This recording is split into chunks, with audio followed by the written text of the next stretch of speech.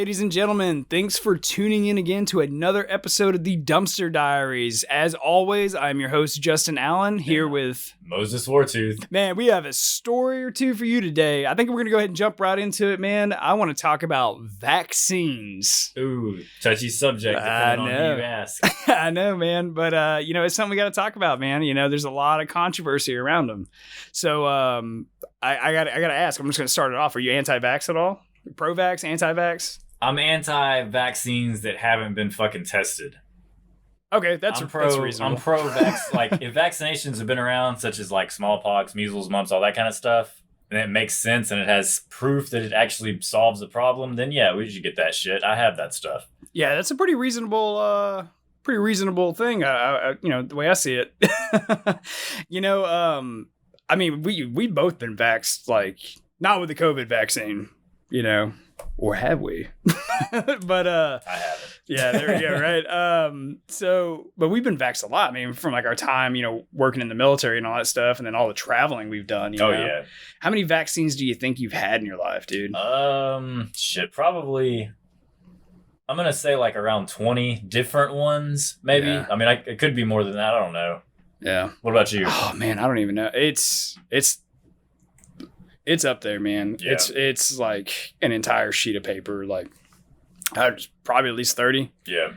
Because there was like some countries I've been to where they were like kind of like fucked up and they were just like, yo, you got to get like 7 vaccines before you come in this country, But that stuff, again, like I agree with that stuff because those were legitimate. Like you could actually get something if you didn't get those vaccines. Yeah. And they've also like a lot of those vaccines that you see, man, they've been around for like a very, very, very long time. Yeah. I say very, very long time, like some ancient alien shit. They've been around, like a lot of some have been around like since the 50s and 60s, and it's like, yeah, sure. There's risk with it and stuff like that, but I don't think it's too crazy. But in that case, those are more risky to not get those, I think. Yeah.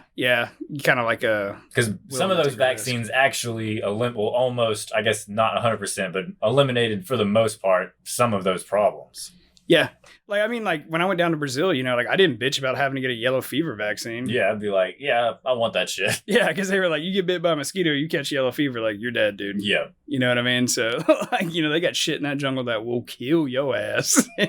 But as far as like the COVID or any other like fucking bullshit new stuff, I'm not going to get that stuff because the vaccines are one of the only things that are not actually required by the FDC to have like clinical trials on. You can just crank that shit out and give it to anyone. The FDC, the CDC. CDC. Oh, there we go. CDC. I was like, what are you talking about? There's too many goddamn acronyms. Too many acronyms, man. What's up with the government always loving acronyms, But yeah, and it's kind of dicey because I mean, I'm not anti-vax by any means, for anything reasonable, but I am skeptical about the COVID vaccine. Like just like I'm skeptical to do this podcast, right? I know we talked about it and stuff, but I'm afraid YouTube's gonna fucking pull our shit for just talking about a COVID, vaccine. True, seems to be a thing. They were doing that, but we're not talking against it. Yeah, we're just saying it's bullshit. Yeah, man. So I mean, but like you start looking at like some of the facts, and it kind of makes you, or well, we'll say alleged facts, right? Kind of makes you wonder, like, is this really a safe thing or not? And wasn't there something with the CDC where they like sealed the records? They did. For like, was it like 70 years or something crazy? 75 years, I think. Yeah. But they did like very basic testing, right? Like it was very, very, very simple testing or whatever. And, most of this, and the reason why I really kind of want to get on this topic is because I watched that, congressional hearing with Robert Kennedy Jr. And they were like just dragging him through the mud over all of his anti-vax shit. But he's not really anti-vax. He's not at all. And he takes the same stance as we just took. Yeah, and he openly talked about it like in that hearing, and he's like, I'm fully vaxxed. He was like, every vaccine that is required to have in this country, he's like, I have it. He was like, I'm just skeptical on like new shit coming out and how quickly it came out, But I don't know, but there's all kinds of stuff. Even when we were like, kind of doing some Google and trying to figure some stuff out, there's so much conflicting information. You don't even know. It was hard to find information about how many vaccines are actually required. Like in the 50s, there was 4 required vaccines. And then around in the 90s, whenever we were kids, it seemed to have doubled. And then now Robert Kennedy Jr. was saying there was up to 72 Yeah, that's what he said. That's what he said in the hearing. That's crazy. You know, which I did see that even in like 2010 there was 52. So to say that there's 72 now is not surprising. That's insane. Yeah. It is just insane. I mean, you know, and I would like to think, you know, I'm actually you know me, man, like I'm a very optimistic person. Yeah. Right. And I actually have like a lot of trust like in people. And I fundamentally believe people are good and want to do the right things. Now, there's bad shit in the world. Of course. There's a difference between people and the government. Yeah. Or corporations. Yeah. You know what I mean? They got Pfizer. We're not calling anyone else specifically, but Moderna. But, you know, and like they pushed this on the people, you know, and then what really got me, you know, we're kind of talking about, you know, vaccines in general, but like now we're getting really on the COVID one. What got me is like how much they altered everyone's life and well-being based around whether or not they had the COVID vaccine. Like, oh, yeah. You know, are you vaxxed? Okay, now you can come to school. You got to be vaxxed to, you know, have this business go in here to do all these things, right? And it just really got out of hand very, very quickly. And I think it kind of showed a lot of people like, hey, this is what happens when like governments are unchecked. But the scary part of it was how many people were just totally blindly compliant to it and didn't even question it.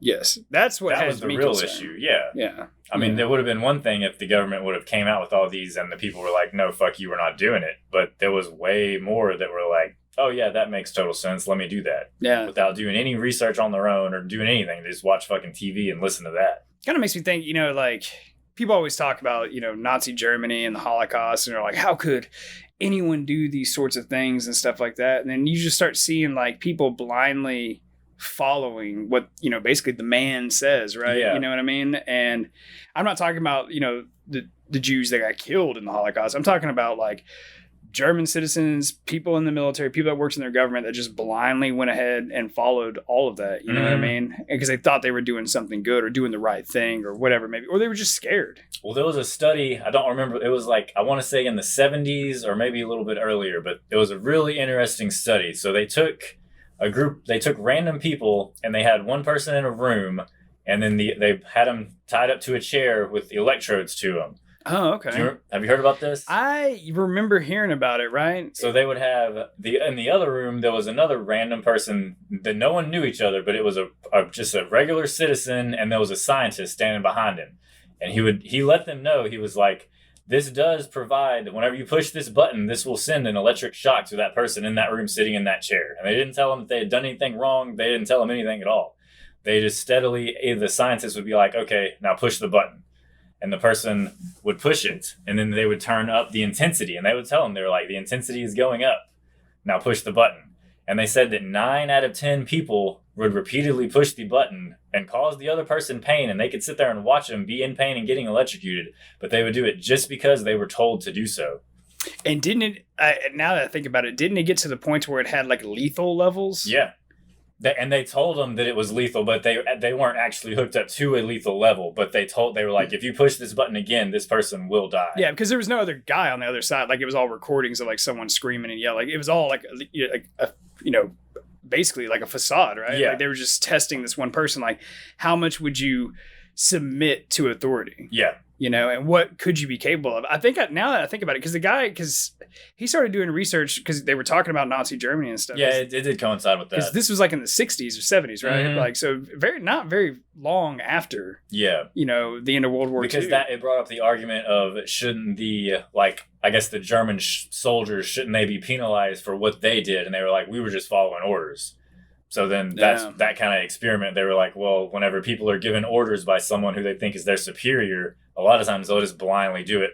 They'll just ignore their own moral compass. Yeah. Isn't that crazy how malleable a human can actually be? Yeah. So it kind of leads the question, like, are people really that fucked up? Or can they just like distance themselves and be like, oh, well, it's my job to do this? Or are they just do they actually not have a moral compass? They're like, fuck this guy, I'm going to shock the shit out of him.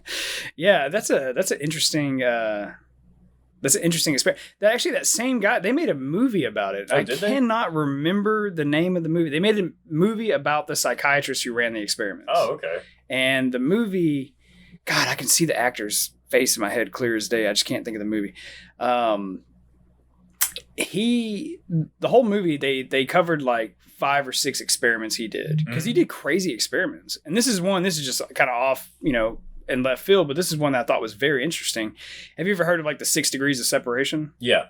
That like everyone is only like, imagine any person in the world, you're only 6 degrees of separation away from that person, right? Like essentially like 6 people away. Yeah. Like, yeah. And so they mailed out like they mailed out like all these weird flyers or whatever, and basically as like mispitched mail, pretty much, right? Mm-hmm. They're like, hey, we're looking for this person, but like if you know them, go ahead and forward this to them, please. Like, here's some stamps or whatever to do so. If you don't know them, then send it to someone you think might know them. And a extremely large percentage of those letters came back, because it was all supposed to come back to their office. That's crazy. End. Yeah. It was weird, man. I know they definitely mailed all across the United States, but I think they actually mailed some around the world and stuff too. We should do that, but have a promotional letter for our podcast and like send it to people and be like, if you know who this belongs to, send it to them, but have a QR code for our website. Yeah. Or like when we finally get a merch store open or whatever, it could be like, hey, get your free t-shirt or whatever, Yeah. I'm kind of excited about, get some merch out there. That'd be kind of cool. I think we could do some pretty interesting stuff with that. Oh yeah. But yeah, I just think it's important. I'm not saying, definitely not saying the COVID vaccine is bad. Definitely not saying it's good. All right. I actually have fairly neutral opinion about it, right? I think everyone should make their own decision, but I do think it's just important that people be skeptical. You know what I mean? For me, I'm never going to fucking take it, but if someone else wants to, that has nothing to do with me, and I don't give a shit. I never got it. It doesn't affect me. Yeah, I never got it, and I got COVID and I got sick as hell. I never got COVID and I never got the vaccine. My parents got the vaccine and got COVID 3 fucking times. So, Jesus, what is really? that? Yeah. My thing about it, now I was reading something the other day. I think it was Moderna. They're coming out with, or Pfizer, one of the two. They're coming out with another booster shot. So it's like, again, if people want to fucking take it, then go ahead and jam whatever the fuck they want to in themselves, I guess. But yeah, I'm also, fairly libertarian on a lot of things. So, you want to shoot fucking smack in an alleyway, that's your business as far as I'm concerned. Yeah, I just don't want to have to pay for it. Yeah, man. And it's just really interesting, and I kind of started thinking, like our entire system, like in the West, really in general, is all like I don't know, it's all built around crisis. Like there's a profiteering from crisis, right? Yeah. Whether it's a pandemic, whether it's a natural disaster, whether it's a fucking war, right? Mm-hmm. So you got big pharma, you got the military industrial complex, right? There is an incentive to constantly be in a state of crisis, a financial incentive, and fear, because people can be ruled easier in fear also. Yeah. It all ties together. And as long as that shit exists, dude, we're always going to keep having shit pop up or whatever. And that shit's never going away. Yeah. Now, I'm not going to get into the conspiracy theory weeds and seeds, you know what I mean? Like with like where COVID came from and, whether or not it came out of a lab and all that other stuff, but it is understood, man. Like it is an absolute fact, dude, that there are corporations that seek to have these crises. Yeah. To profit from them, And I just think it's important. People need to be skeptical about it, like just in general. They're going to be starting the new Disaster of the Month Club. You can subscribe. And they're going to tell you what to be afraid of every month. Buy one, get one free. Yeah. You want to know, but you want to talk about being skeptical, man. And I don't mean this as like a rate, I don't mean this in a bad way at all. But it was black people. They were extremely skeptical of like any of those fucking vaccines, man. Like you talk about, a lot of them were referencing like, hey, like the Tuskegee experiments and shit like that. And they were like, yo, like we're not taking this fucking vaccine. You know what I mean? Man, all the ones I knew were getting that shit. Really? They were the ones wearing masks for like forever.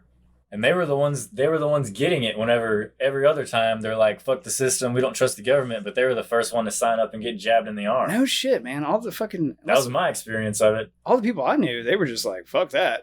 No, mine were like, the conservative white people were like, I ain't getting that shit, but the minorities were signing up for it, when traditionally it's the total opposite on trust issues. Yeah, that is an interesting point. It was weird. Yeah. But like... how many white people did you say around here in the South?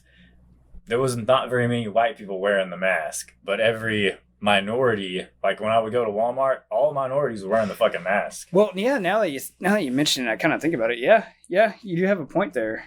But I mean, does that necessarily denote that they were actually getting the vaccine, or is it just more of like? I don't know. I guess cautious. It depends on which news you watch, because I don't know. It seemed to me like they were fucking more prone to getting it. Okay.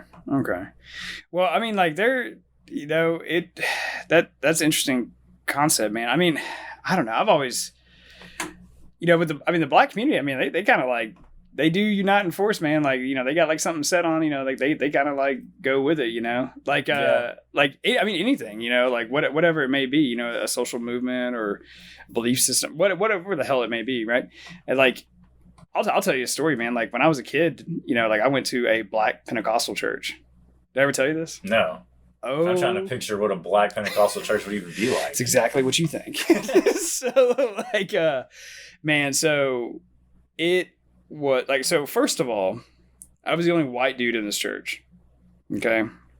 And I'm just going to start off like I had no bad experiences whatsoever. Like, who did you go with? I went with a family friend. Oh, okay. Yeah. And and like their family and all that stuff, mm-hmm. Right? They invited me or whatnot. And it was very interesting to say the least, right? So this is the first time I've ever been to a Pentecostal church anyway, which is like Pentecostals are known to like be like fucking like they take it to a whole nother level in worshiping the Lord, right? Oh yeah. They're also, again, they're also super fucking hypocritical. Yeah. Like they hate tattoos and preach like, oh, you need to treat your body like this. Like a temple? But then they also have a very high obesity rate, and they'll go to Golden Corral and shovel food in their fucking mouths. But then bitch at someone else for having tattoos. But anyways. Yeah, well, like, you can go on there and talk about the Pentecost. It was always kind of weird. I always found it weird that, like, the women, like, they had, like, dress codes, and they couldn't wear makeup and all that other stuff. But, we can talk about the Westboro Baptist Church coming to... the college I go to. We'll talk about that in a minute. That was interesting, and that's not a made up story at all. But yeah, so I go to this church, man, and it's like, I mean, it is high level, like think like I don't know, just most intense preaching you've ever imagined. Like people are dancing, singing in tongues. There's faith healing happening. Like people are getting baptized by the Holy Spirit and shit. And it is going down. And I mean, it was one of the most lively things I'd ever seen. That would be quite an experience. It really was, man. Like there's people getting up out of wheelchairs, kicking away their walkers. And tossing away their canes. I can see you again. I'm driving home. Yeah. Like the preacher would like literally like be praying on people or whatever and be like, now I baptize you with the Holy Spirit. And then he would just like hit him in the head and they just like knock him over. Yeah, they'd knock him out. And then like people would like catch him and shit. And they'd be like, oh, I seen the light. It's like that dude just punched you in the head, dude. You saw stars. You got knocked the fuck out. Yeah, man. And it was in the hood too. Like it was like... It was about as cultured as I could imagine getting out there. You know what I mean? Yeah, dude. It was good. They were all good people. They were all extremely friendly. You know what I mean? They were probably like, "Holy shit, what are you doing here?" I got a couple of looks. I did. I mean, not in like a negative way. Probably just like surprised. Yeah. Did you get lost? Yeah. So, but it was a cool experience. I encourage you. I still know people out there. I can take you there one day if you want to go. Yeah, I'm not a real fan of church related stuff, but. Oh man, yeah, no, I mean shit, but yeah, man, it was definitely in the hood, dude. Speaking of being in the hood, man, that picture you sent me the other day. Oh yeah, so I was just getting my oil changed, and I was in the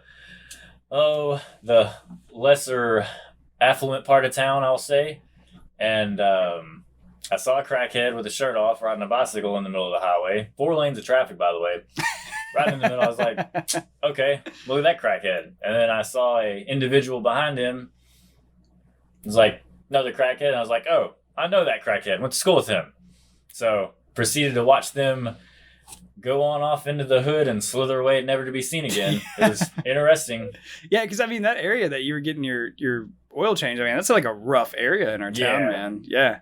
Not to say our town is like, well, okay, I was gonna say not to say our town is that bad, but actually we have a lot of fucking shootings like. Yes, dude. It's crazy actually for a small town. Yeah, we have a lot of shootings. I saw a local meme the other day that someone made, and they were like, when you go jogging, and they named our town. They were like, when you go jogging in our town or whatever, and it was a picture of like the bottom of like a sneaker, and it was just like literally like 22 caliber like casings were stuck in the tread of the shoe or whatever. Shit. So 3 days ago, it was a news story, and this is legit. 3 days ago, a pizza delivery guy got held up with a gun, and they robbed him of his pizza in our town. Are you serious? Yeah, 100%.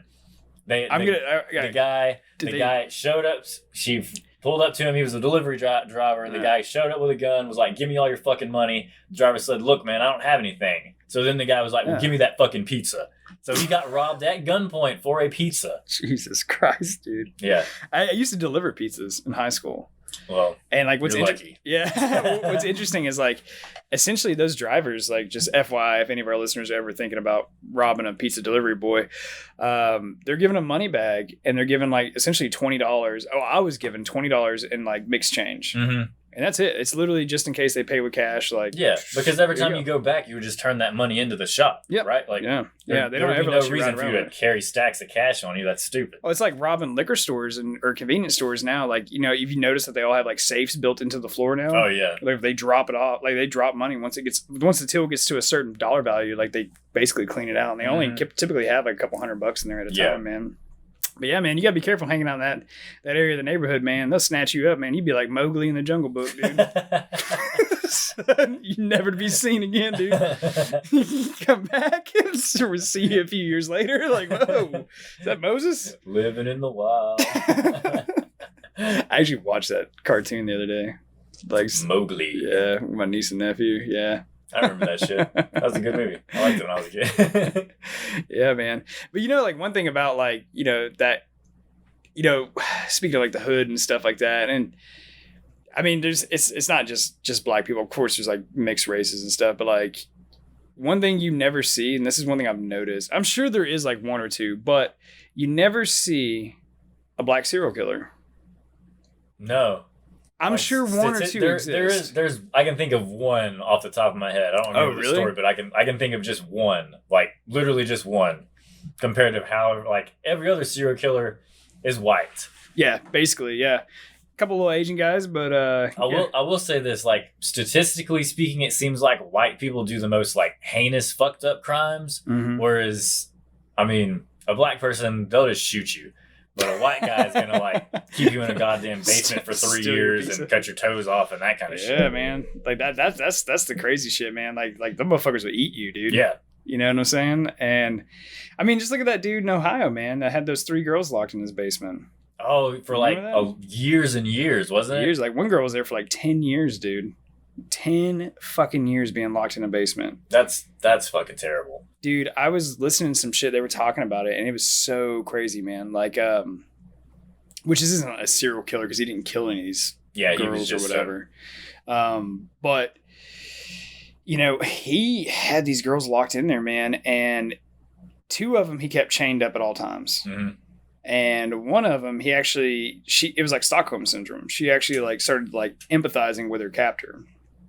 And he started trusting her and shit like that. He had like a kid with her and stuff, dude. Like, yeah. And because he's obviously just like raping these women and shit. Wasn't she a child at the time too? Yeah, he was a school bus driver. Oh, okay. Yeah. Yeah, that's fucking even creepier the more you think about it. Yeah.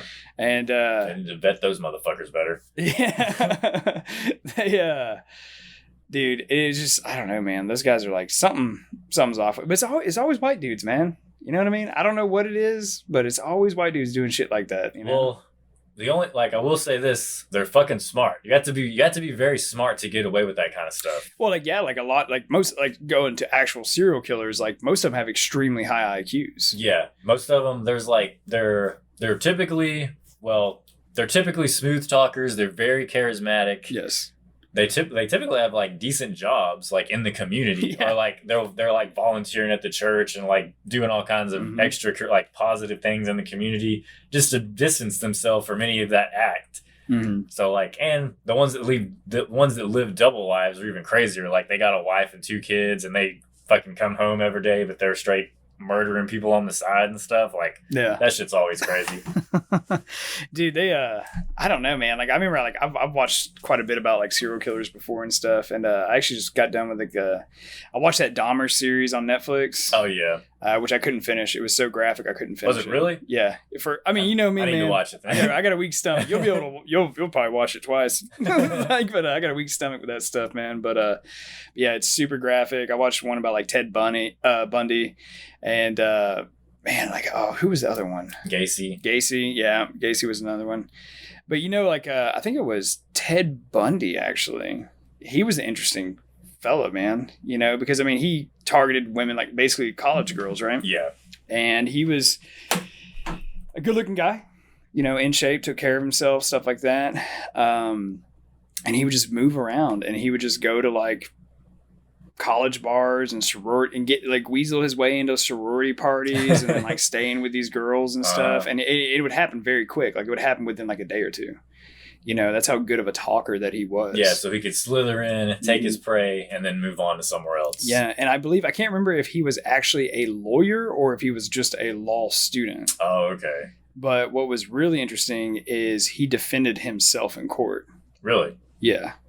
And he also escaped from court one time. That was actually kind of a funny story. He was getting rung up on something. I can't remember what the hell. I don't know. I can't remember if it was actually like a murder or not. It was early on, like... Because he'd been arrested multiple times, you know, gotten out or whatever. For those crimes? And like he was able to like say that they didn't have enough concrete evidence to lock him up type shit? Or was it like other... I think one time was like a stolen car. Oh, okay. Like, you know, so the murders came like all right at the end and shit. Okay, they figured out everything at once, kind of, or like tied him to all this shit. There was a couple, I think there was one time where like they suspected him of a murder, but it was like basically a lack of evidence and they had to like basically dismiss the case or whatever. But he was going to trial, and then he was like, "Oh, I got to use the bathroom or some shit." And so he just let him go to the bathroom, and then he finds a fucking window that he can jimmy and slide through, and he fucking slides out of that shit, and then he just takes off running down the street. It's actually pretty funny. What do you think is what do you think the world's fascination with serial killers is about? Like, because every time those shows come out, they're super fucking popular. I don't know, man. I really don't know. Like all of those Netflix documentaries, whenever they release, they're like the #1 fucking watch show on Netflix every time.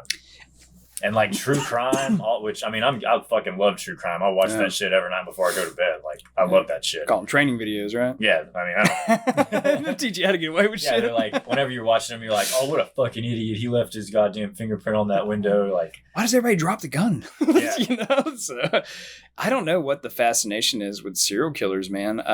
Or just violence in general, I guess. Well, I think violence in general is understandable because like humans at their core are violent animals. You know what I mean? Like. It wasn't that long ago, man. We were all walking on the fucking plains of Africa. You know what I mean? Do you think it's like comparable to the reason people like playing violent video games? It's the same thing as just watching violent media. Well, no, I don't think so. And it's just kind of, I mean, you know, I was kind of like a little bit of a history bug for a while. Mm-hmm. So when you start looking back at every single major civilization that's ever existed, they were far, far, far more brutal than we are today. Far more. I mean, the Aztecs used to like literally sacrifice people and rip out their hearts in front of crowds of people. Like the Romans, I mean, they had every fucking form of torture you could imagine. They would crucify fucking people. I mean, it gets insane. But since that's not allowed anymore, we just have TVs and video games. I think that's inherently. Like, is that like our? I think substitute? It's inherently in us. You know what I mean? And then I think when. I don't know if there's a lot of evidence to really support that like TV and video games actually cause violence. No, I'm saying the total opposite. I'm saying like, is that our substitute? Like instead of going and killing people, I'll just go play Grand Theft Auto. Like a fantasy kind of thing? Yeah. Yeah. Like yeah, that's what keeps people from doing that stuff. Yeah, maybe to some degree, possibly. I could see that. I think a lot of it just fuels our like fantasy and fascination with it. Like, you know what I mean? Because like nowadays, you can't get away with shit anymore. No, dude. But if I can go and play some Grand Theft Auto and beat the fuck out of some hookers and run people over and shoot them in the head, like, that's okay. I remember when Grand Theft Auto 1 came out. Oh yeah, everybody was all fucking parents were freaking out. GTA 3 was the one that was in 3D, and that's the one that fucking Hillary Clinton, her bitch ass, was talking about it. Oh, that might have been Hillary Clinton and Joe Lieberman. Those motherfuckers were trying to cancel fucking video games back in the 90s. Oh my god, yeah, dude. I don't know. I mean, you know, at the end of the day, like, it's fantasy, right? It's like, you know, when you talk about it's entertainment. Yeah, you know, and so I don't think there's a problem with it or whatever, but I think that there's an animalistic side to humans, and I think it kind of comes out in the creative space, and that's what we see in video games and, like, you know, media and stuff. Because I mean, like, me personally, I love violent. I just like violent shit. I listen to violent music. I like violent video games. I like violent TV shows. Yeah. But I'm a nice person. Shit, man, I watched Dusk Till Dawn the other day. I love that shit. You know what I mean? Like, so, and it's like, I'm not gonna go like shooting up plays, blasting caps and, you know, vampires' asses or whatever the hell. But yeah, I don't know, you know, but there's not so much as like an argument anymore against like violent video games, you know? No, but now it's mainstream. Like they can't argue that. Yeah. In the past, like occasionally it'll be like, oh, this guy played Postal 2 and he went and shot up a mall. Like he was going to shoot up the fucking mall anyway. Postal 2 probably kept him from doing it earlier. You know, do you think... Well, speaking of like shooting and mass shootings and stuff, man, have you ever looked into like some of these like details that are like that shooters have in common? Besides, like, for example, being like young white guys typically. Yeah, so there's that, you know, but also I read some crazy shit. I think this is more like a conspiracy lane, apparently, that basically the majority of shooters are on SSRI antidepressants. I have read some of that. Yeah. So I just thought it was interesting. Like, there's a correlation there. You know what I mean? But is it really that all shooters are on SSRIs, or is it because so many people are prescribed SSRIs? You know what I mean? Or is it because they they obviously do have mental issues. Sure. So they just were already prescribed that shit in the first place, and it obviously didn't help them. Oh, you mean a normal person isn't going to do something like that? I mean, probably not, because most people, even if that also ties into that experiment, they know there's a consequence if they do that, and they don't want to they don't want to go to jail. They don't want to get caught. They don't want to have to deal with that consequence, which I think that in itself prevents a lot of people from doing crazier shit. Yeah. Because just imagine, I mean, if there was no laws and shit, obviously our society would be doomed. Like, there would be nothing. Mm-hmm. So we have to have those checks and balances. Well, speaking of no law, I know we were just like talking a little bit about history and like, you know, the violent, you know, history of like human race in general, right? One thing that was interesting, just a tidbit fact. Did you know that like the laws in Rome, right, only actually extended to the border of the city? Oh, so so basically like they were inclusive to the city of Rome, and then and the outskirts, anything goes type shit. So during the Republic. Okay. So if you were like, say you got on a horse and you ran into a guy or like knew a guy or whatever, you had a guy you didn't like and you wanted to go on a hunting trip together, right? And then you just fucking stab that dude or whatever, you would not be tried. So if you had a problem with him, you could be like, meet me outside of town, motherfucker. Yeah. Yeah. So a lot of the very, very barbaric things that were done were actually done outside of the city of Rome. Like famously, there was a general, his name was Pompey, right? And he got kind of famous because he defeated like basically this barbarian tribe pretty much, right? Mm-hmm. And all the survivors, he captured a shit ton of survivors. He crucified one every 100 feet for 66 miles to the front gates of Rome. God damn. Yes. So he had basically a wall of crucifix. Well, because they asked like the people that, you know, were under him, his legions or whatever, like they were like, you know, what are you going to do? Like, you know, all these commanding officers were like, what are you going to do? Like whenever these other barbarian tribes like learn about this, they're going to come like hunt us down. So it was a message. And he sent him a message. He was like, cool, I'll show him where to find me. And then so he, for every 100 feet, crucified a fucking barbarian for 66 miles to the front gates of Rome. And it's actually really interesting. There's a scene in Game of Thrones where that occurs. Oh. And that's where George Martin actually got like the inspiration from. Okay. A lot of his very barbaric stuff actually comes from like true history and stuff. Yeah. There's nothing more graphic than the truth. Did you ever make it down to Rome? No, I didn't. Oh, it's an amazing city, man. So much history. Like, I mean, I went to like Florence and the place with the Venice. Yes. Yeah. I knew you knew what I was talking about. Sinking city. Yes. That one city when like all the lockdowns happened, like every douchebag was like, "Oh my god, the dolphins are coming back." You know? It was like, who gives a shit about the dolphins? Like, I can't fucking pay my bills, dude. I'm like, yeah, dude. How'd you like Florence? It was nice. I liked Venice better. Yeah. Just because it was more. I don't know. I liked the water. Like I thought that part was cool. Florence is where Leonardo da Vinci was from. Yeah. I thought it was cool. I saw a bunch of it, like the statues and all that kind of historical stuff. It was interesting. Yeah, man, for sure. And the Romans were, I mean, they were some bad motherfuckers. I mean, they really built some shit up, dude. Oh yeah. Yeah, I could go on for days about that shit. And they ruled. Yeah. For a while. Yeah. Oh my god, dude.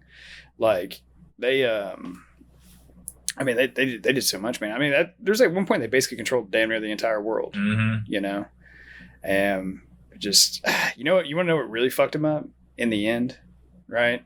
Because they had an issue where it moved from the Republic to the Empire, right, with the death of Julius Caesar, and Julius Caesar's nephew Augustus Caesar became emperor, right? Because Julius Caesar was elected in quotations as like consul, which essentially was their president, but they have two consuls too, so two presidents, and the reason for that is so they can veto each other without cause. Oh, okay. Right. And well, there was essentially there was some shit in Roman law during the Republic where the Senate had actually acknowledged that there may be a time when diplomacy won't work. Like shit is just so fucked up. Like you need a ruler like with an iron fist, right? Like a single ruler. Someone's gonna step up and be like, no, this is what we're gonna do. So a dictator. Yeah. And so Rome was like initially like very scared of like kings. Because in the inception of Rome, they had kings. There were some issues with that. They were all fucking killed.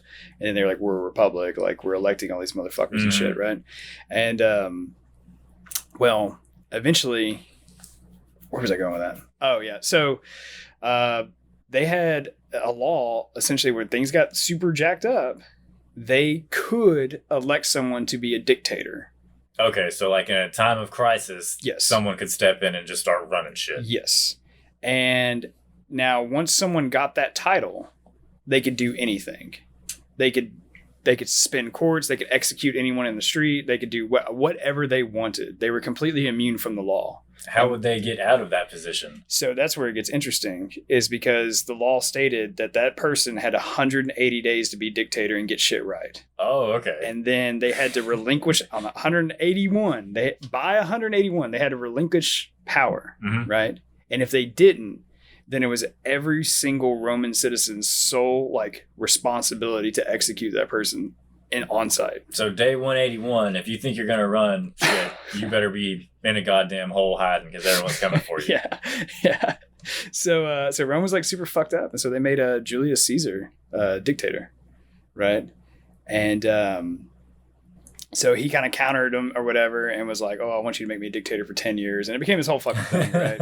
And then so they did it because Rome was like super fucked up. And at this time, like Julius Caesar had spent a lot of time in the military.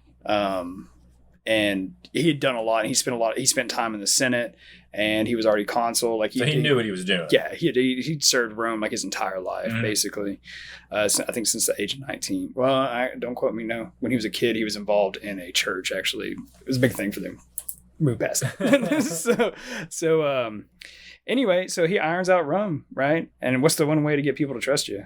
When they give you power, give it right back. Yeah. So as soon as he was done handling his fucking business or whatever, he was like, "Here's power to the people. Give it back to gave it back to the Senate." And then they loved him. Yeah, and they loved him, And then after a while, they sure as shit fucked it up, like again, right? So then they were like, "Well, who can we call? Ghostbusters." But so they call Julius Caesar back, and they're like, "Hey, you got to be dictator again." And he was like, I'll do it. He's like, well. well. Like, he's fucking got a belt in his hand and shit. He's like, you want me back, eh? Or it'd be like that South Park episode where, like, Mr. Garrison becomes president. Oh, yeah. And he goes back. What does he go back to the school? And he's like talking to PC principal. And he's just like talking about how, like, basically dry his dick is. And he's like, you're going to have to suck my dick or whatever. So Julius Caesar, like, basically gives him the ultimatum. He was like, the only way I'll do it is if you make me dictator in perpetuity, like, for life. Mm-hmm. And they were like, oh my God, this is so unheard of, right? And so eventually they were like, fuck it, like, we got to get this shit done, dude. Yeah. And so they made him dictator for life or whatever.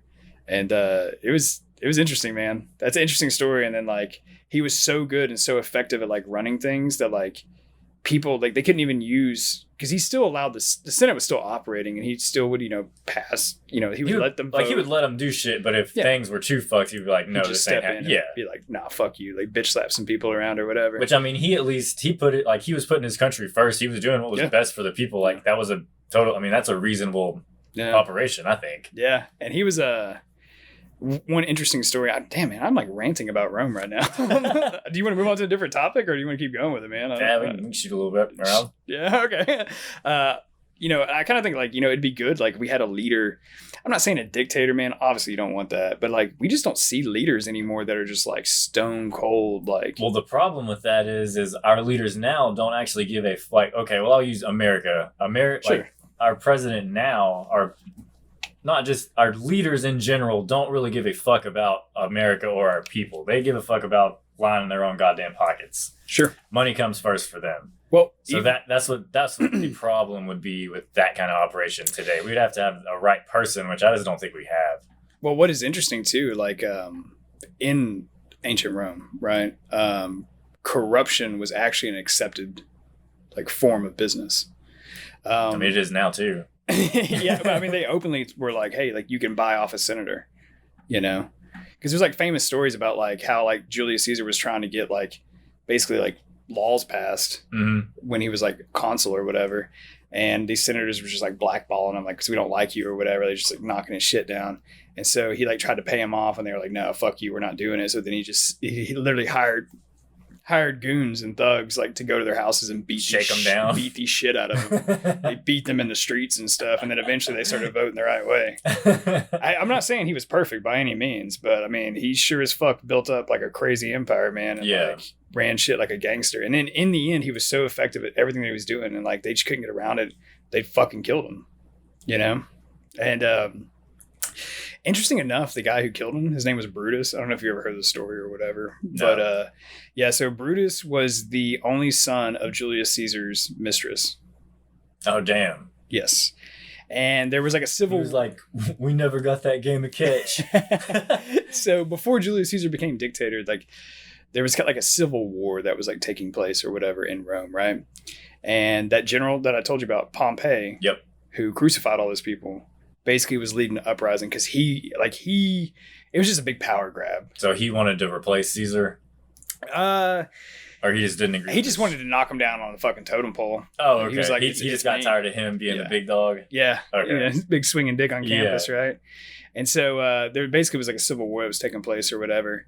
And Brutus, the son of Julius Caesar's mistress, joined Pompey's army. Like, agreed with it, right? And literally, as Julius Caesar's getting ready to, like, ride in a battle, he like directs his legions. He was like, no one will kill Brutus. Like, he will be spared, and bring him to me. Oh, okay. Yeah, because he basically raised this kid, like, as his son. Because Julius Caesar never actually had any sons or whatever. He just had the one illegitimate. No, he had a daughter. Okay. Well, the one illegitimate son. No, he never had any illegitimate children. Oh. Yeah. Well, I think you might be talking about, like, his nephew that became Emperor Augustus. Okay, maybe so. Yeah. But bloodlines. Same. I don't think that. They didn't really have a family tree back then. It was more like a family bush. It was kind of really interwoven together. Yeah. But yeah, dude, like, so he spares Brutus, like he just crushes Pompey, and then he spares Brutus on the battlefield, right? And he's just like, hey, like, basically, like, what the fuck, dude? Like, I love your mom. Like, I've been good to your family. I thought we were cool, man. Thought we were cool, right? And he spared him. And it was interesting because in the end, like, Brutus was a major player like in the coup to try to overthrow Julius Caesar. When they realized they couldn't do it, they were like, we have to kill him. And there's a big play by Shakespeare and stuff. Apparently he gave like the actual final, like, because they stabbed him I think like 23 times. And he gave like the final blow, and then like Julius Caesar's last words were like "Est tu Brute," which means like, is it you, Brutus? Or, you know, yeah. Fuck you, Brutus. And apparently he was so prideful that like as he was dying and bleeding out, he covered his face up because he didn't want his enemies to see what he would look like dying. Yeah. And interesting enough, after Julius Caesar was that's gangster. Dude, when he was killed, man, everyone lost their fucking shit. Like the citizens did. Because they loved him. Yeah, he was a fucking hero. Like, yeah, dude. The economy was great, dude. Oh, man. Dude, there's so many stories. We definitely don't have enough time to go through all this. Like, I'm just bouncing around. But, like, dude, it's such an amazing story. Like, they loved it. So they were, like senators were running for their lives. Like, they were fleeing. And they were, like, I mean, they were grabbing motherfuckers and beating them in the streets and trying to kill them. Like, I mean, they were, like, literally, like, there's, like, reports of, like, them like in their churches, like people just like ripping apart like benches to like make makeshift clubs to like run out and just bash people's brains out in the streets and shit. And so to try to win favor with like the public or whatever, because they reinstated to try to win favor with the public, the Senate basically essentially proposed and they passed and they made Julius Caesar a god. And so in Roman religion, he actually became a legitimate god that they would worship. And that's why you see like so many statues and shit about him and stuff now. Yeah. It's pretty cool. So do you think they would like, did they treat him as a religion? Were they like eating crackers and shit saying this was the fucking... Yeah, they were like burning like candles and like they had like prayers and stuff around it. And they would have like effigies and shit and be like, people would pray to it like in their living rooms and be like, Julius Caesar, watch over my family and stuff. Yeah. I mean, to be fair... He did all that shit for those people. He's like a realistic, like he actually did something for them. They didn't spend their whole life praying to something that didn't do nothing for them. Oh yeah. But see, he was a very, very interesting man, dude. That Pompey general, like, right? Mm-hmm. That story gets really interesting. So Pompey lost that battle. Basically he tried to do a coup, essentially, right? Yeah. So he loses his battle. But he's still alive. He's just on the run. And he's on the run with the last of his like surviving legions, right? So, you know, hundreds of people. Because like, a legion, I believe it had like, I think it was 3,000 infantrymen and like 300 cavalry, right? Okay. So it's a lot of people. And so they're running all over the Mediterranean. And Julius Caesar's like, fuck you. I'm going to... On their ass. On their ass. Hunting them across the fucking known world and shit.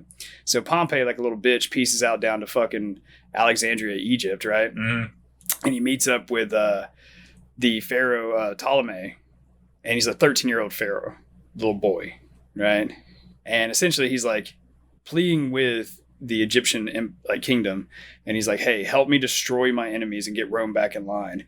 And then I'll come back with more soldiers and I'll fight your wars. Because Egypt was like turfing with like other like kingdoms down there and stuff. And so they just cut his fucking head off. That kid was like, man, fuck you, I ain't dealing with this shit. So fucking he was like, eat shit, motherfucker. But like the reason why he did it is because he was trying to gain favor with Julius Caesar. Oh, okay. And so by the time Julius Caesar got down there, which was like not that long after, he showed him his head. He comes in, he's like, hey, like basically kind of pitches like the same offers, like, hey, like, you know, I'm gonna handle Rome, I'm gonna get an order and all this other shit and stuff. Then he was like basically trying to track down like Pompey or whatever, and the kid was like, they brought out his head on the tray. He was like, oh, you mean this guy? And then he would like, Julius Caesar was pissed. That he killed him? Yes. Because like, even though he wanted Pompey dead, right? It was like, no outsider does that to a Roman citizen. Yeah. You know what I mean? It's like whenever your brother gets picked on, you're like, I'm the only motherfucker that picks on him. Like, yeah. I watched The Wolf of Wall Street the other day. Yeah. You remember when it's early in the movie when like Leonardo DiCaprio and Jonah Hill or whatever, they're like having lunch. It's like kind of when they first meet up or whatever. And he's asking him about like he married it, like he's asking Jonah Hill, like, you know, did you marry your cousin or whatever? And Jonah Hill's like, yeah, I mean, like, of course. He was like, you know, my cousin was hot. He was like, you know, if anyone was going to fuck my cousin, it was going to be me, right? Like, out of respect, you know? It's just like, what the fuck? And then that's when he was like talking about having like retarded kids. He was like, no, they're fine. He was like, you know, but if they were born like that, you know, he's like, I would just, you know, drive out in the country and like release it, like, you know, go, you're free. You're free. You know, like, it's such a great movie though. Keep it in the family. Yeah. Dude, I'm actually kind of thinking, I know I rambled about Rome a lot, man. I'm thinking we might need to do an episode about that, man. We could. Like really go through it, like start to finish or whatever. I think people might actually kind of like that. I don't know. Maybe not. Let us know. Do you want to hear about Rome? Let us know in the comments. I just like the gangster ass stories behind it, man. You know what I mean? Like, I don't care about like there's a lot of boring stuff, you know, but like that cool gangster shit. I mean, all that. I think it's shit's so fucking badass because you don't see that in our lifetime really anymore, you know. Yeah. Except maybe, you know, we'll see how Nigeria plays out. True. The Russian one already failed, so. Yeah, dude. I don't know. What do you think, man? Do you think that they ate a lot of meat? What, the Romans? Yeah. Oh yeah. Yeah, because I remember we were talking about some weird shit. Yeah. I think they ate pretty fucking well down there, man. I don't know, dude. Like, at least shit. When I went to Italy, I was eating like a motherfucker when I was there. Yeah. Dude. It was like some of the best food in the world, dude. Again, I don't know. It's always better than American shit. It's all the fresh. But they were like in really, really good shape, man. I think a lot of that comes from their diet. You know, because I mean, you got to think, man, these legions and stuff. I mean, these thousands and thousands of people, right? Like, yeah, they would have carts with like grain and stuff like that and like water and shit. But I mean, like they would do like a lot of hunting and stuff like on their way. So I think they had a huge protein diet or whatever. I would think so. You know, and I mean, these guys are jacked. Yeah. You know, I mean, they're carrying 60 pounds worth of gear. Yeah. And it's like, oh, we're going to go walk 50 fucking miles. You know what I mean? Then stab the first guy I see. You know? So, yeah, dude, I think they did. I don't know. Like, there's definitely something to that. I mean, it's like that carnivore diet. Was it carnivore diet? Yeah. Man, you know a little bit about that, don't you? Yeah, I tried it for about a month. Yeah, I did it for a little while, man. So what did you think about it? I mean, I liked it okay. I started out eating just straight up only beef and tuna and water. And damn. I didn't last too long. Like I felt sick. Like it wasn't enough food for me because before that I was eating around 3,500 calories a day. Like rice, chicken, eggs, like every meal. Like I had a lot of fucking carbs. So then just dropping all those carbs completely out and cutting fats out too. Like I was lethargic. So I had to buy like some electrolyte powder and put that in water. And I was drinking about a gallon of water a day with the electrolytes in it, taking a multivitamin as well and eating the meat. And dude, I got burnt out on it extremely fast. Did you lose weight? I did. I lost about 8 pounds within the first 2 weeks. And how long did you do it for? Almost a month. And then at about 3.5 weeks, I said, fuck it. And I added eggs to the diet. And then I added half of an avocado a day. I added that into the mix. And that was okay. That was sustainable for a while. I felt okay after that. But as far as just eating just only fucking meat, like, who is it? Peterson. Oh, Michaela Peterson? Yeah, her and her dad. Jordan Peterson's daughter? They say that they only eat meat, salt, and water. And they've done that shit for years on end, man. You believe that? I don't know, man. I guess it's believable, but personally, man, I just don't see it sustainable, and I don't see it that it's that healthy, like to only eat that. I think you need a little bit more variety in your diet. I mean, I did it for a few weeks, man, and you know, I mean, I think I lost like 5 pounds. Yeah. And I didn't exercise. Nothing. I mean, the only thing that changed was the diet. Strictly was just the diet, man. I lost like 5 pounds pretty quick. I mean, it took a little while to like kick in and shit. Like, there was a few days. I definitely was like tired, but I was like hungry all the time, and I was eating a lot of like steak and stuff. Yeah, dude. But I had read they said that you were like, once you got used to it, they were like, you only need to eat 3 times a day, and you won't be that hungry. But I was always fucking hungry. Yeah, maybe I didn't give it enough time, but I don't know, man. I was hungry. Did I ever tell you how I used to troll Michaela Peterson's Facebook page? No. Oh god, dude. So she has a page because she does a carnivore diet, but like to a whole nother level. They call it the lion diet, right? Yeah. And so I would just get on there and like post crazy shit sometimes. You know, I'd be like, oh, does anybody else experience extreme diarrhea? Like, you know, like and all this. She never responded or anything, and like no one really followed up. Like some people would think that I was being like really serious about it. You know what I mean? Like I'd be like, oh my god, like I lost vision in my left eye. Like, you know, like, seek medical attention now. Yeah. So I never got anything back or whatever. So I eventually just kind of let it go. I was like, all right, cool. But I used to troll like people like hardcore like on the internet, man. Like I did I trolled vegans really hard probably like 5 years ago when I lived in Germany, 6 years ago, maybe even longer.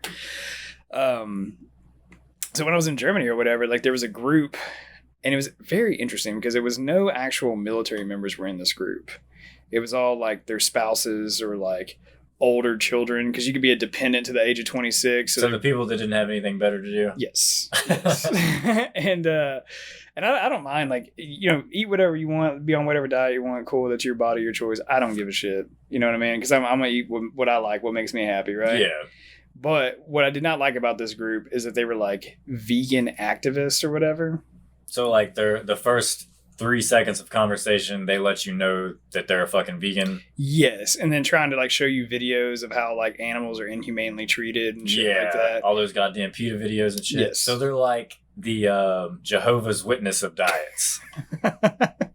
Yes.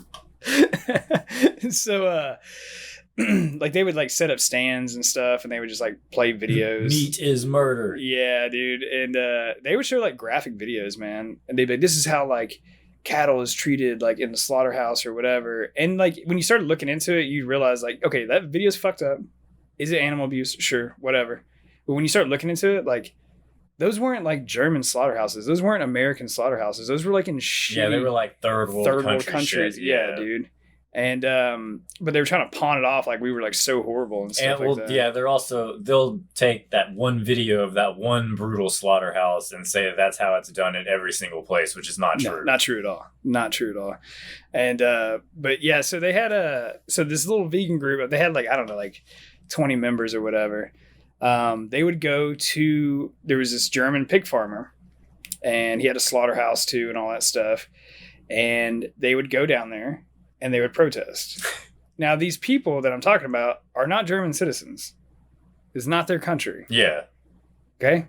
Germany is very fucking strict, and they don't tolerate any shenanigans. Like, so you know what I mean? Like, they're gonna have like, if there's such thing as like a perfect slaughterhouse, they'll probably fucking have one. Yeah. You know what I mean? But like these like wretched little shits were just like showing up, and they were like just protesting this guy's like business, man.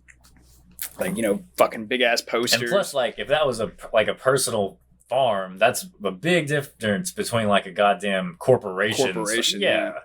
And like that guy probably named all those pigs. He probably like and I mean they got like legit permits from like the German government to like be there and stuff. Really? Yeah. I'm surprised they were even allowed. Like that bullshit where it's like as long as you're on a sidewalk, it's public property and all that stuff. Right? Keep 100 feet. Like. Yeah. And some technicality. But so yeah, they'd go out there and they'd do that shit, man, and all that stuff. So I eventually got pissed, and a friend of mine got in on this too. I was like, dude, like fuck these people, man. Like I don't like it when people go into other cultures and they're like, oh, you have to change because of my beliefs or whatever. I fucking hate that shit, dude. Like if you want to be an activist like that, you do that shit in America, like where you're from. You know what I mean? Piss Americans off. Yeah. Mind your own fucking business. You know what I mean? Like, but anyway, one of my friends, he got in on it with me, and we joined their Facebook group. We like changed like all of our Facebook shit and everything to make it look like we were like PETA members. We were like, you know, vegan. Like, I think I said I was vegetarian technically, if you want to get into it. But so they let us in, dude. And then we just like started trolling, dude. Like, I mean, we waited a while. Like we actually got to know them, like, you know, online and stuff like that and everything. And at one point, like we actually showed up to like one of their rallies. We didn't participate. Like we went, we were like, we were to the point where we could have been holding signs. Yeah. Like we were in the fold, man. And so then this one girl, like the leader of the group, was just absolutely crazy. She was just batshit bonkers. Like a fucking fanatic. Yes. Insane, dude.